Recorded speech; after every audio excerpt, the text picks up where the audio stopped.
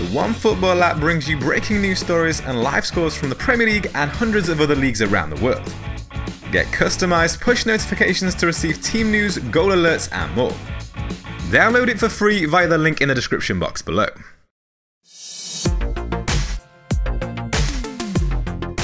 There's still one more game to be played in Game Week 29, but the points so far have mainly been scored in defence.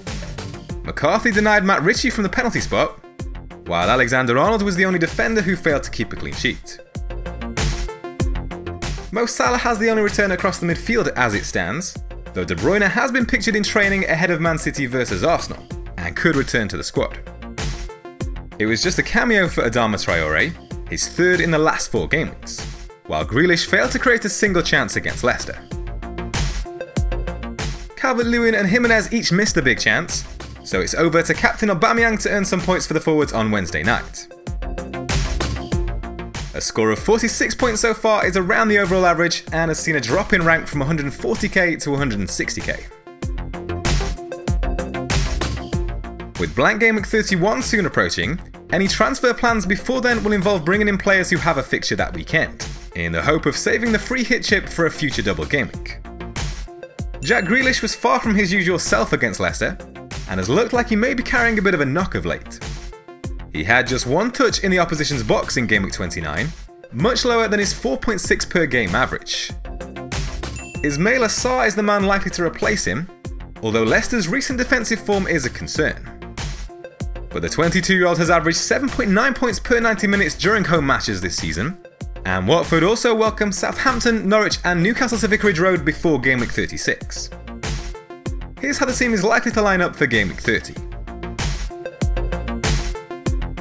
The plan is to move Alex McCarthy on to either Foster or Pope ahead of Southampton's Blank Gameweek 31, but not before giving him one final outing away at Norwich this weekend. No side have managed fewer than their 1 goal scored or their 3 big chances over the last 4 matches. Attacking defenders Alexander-Arnold and Doherty keep their places for their respective trips to Everton and West Ham, while Robertson is expected to return from his knock, replacing Soyuncu in the 11. Everton have scored just 1 goal across their last 5 league matches against Liverpool at Goodison Park. With Traore expected to start in the Europa League, he could once again be at risk of a cameo this weekend, so there's the option to bring in Cantwell from the bench as an alternative. Although Norwich have struggled in front of goal, they've scored in 7 of their last 8 home matches, amassing 9 goals. No teammate picked up more FPL points than Cantwell over that run, with the midfielder earning 4.8 points per game.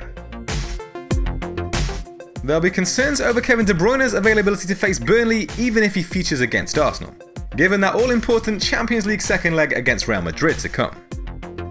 But the Belgian has directly contributed to 5 goals in his last 6 matches, and was a big miss during City's defeat in the Manchester derby.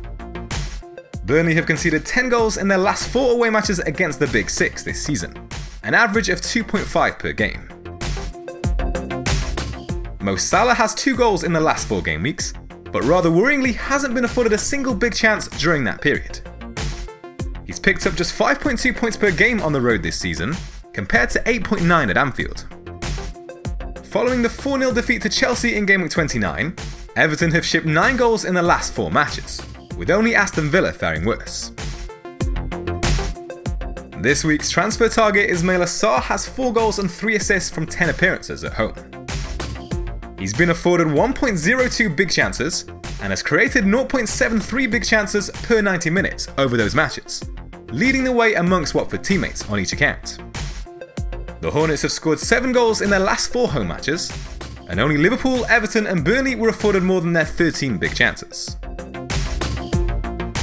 Chris Wood is likely to be the man to replace Calvert-Lewin for Blank Gameweek 31, but with an away trip to Man City for Burnley this weekend, there's no rush to make that move early. With 3 goals and 1 assist in the last 4 game weeks, the in-form Everton striker offers some insurance against the double Liverpool defence. Although the Merseyside derby hasn't seen many goals from Everton in recent years, Liverpool come into this one having shipped 6 goals in their last 4 matches. Raul Jiménez has 2 goals in the last 4 game weeks, and falls behind only Jay Rodriguez and Calvert-Lewin amongst forwards, with a tally of 5 big chances. West Ham have failed to keep a clean sheet over the same period, conceding 7 goals. Only 4 teams have fared worse. Aubameyang is likely to remain in the side throughout Blank Gameweek 31, with a view to making him captain in Gameweek 32 against Norwich. He's scored 3 goals in his last 3 league matches, averaging 7.7 points per game. Brighton have only shipped 3 goals in their last 4 game weeks, but only 5 teams have allowed opponents more than their 8 big chances. Gameweek 30 looks like a tough week for captaincy, with a lot riding on the availability of Kevin De Bruyne.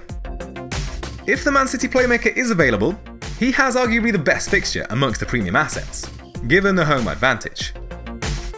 But it will otherwise be a battle between Salah and Aubameyang, although those with Sadio Mane may be tempted to give him the armband due to his superior away form this season. Stay tuned for this week's Captaincy Picks episode on Thursday for an updated look at the options after Man City play Arsenal midweek.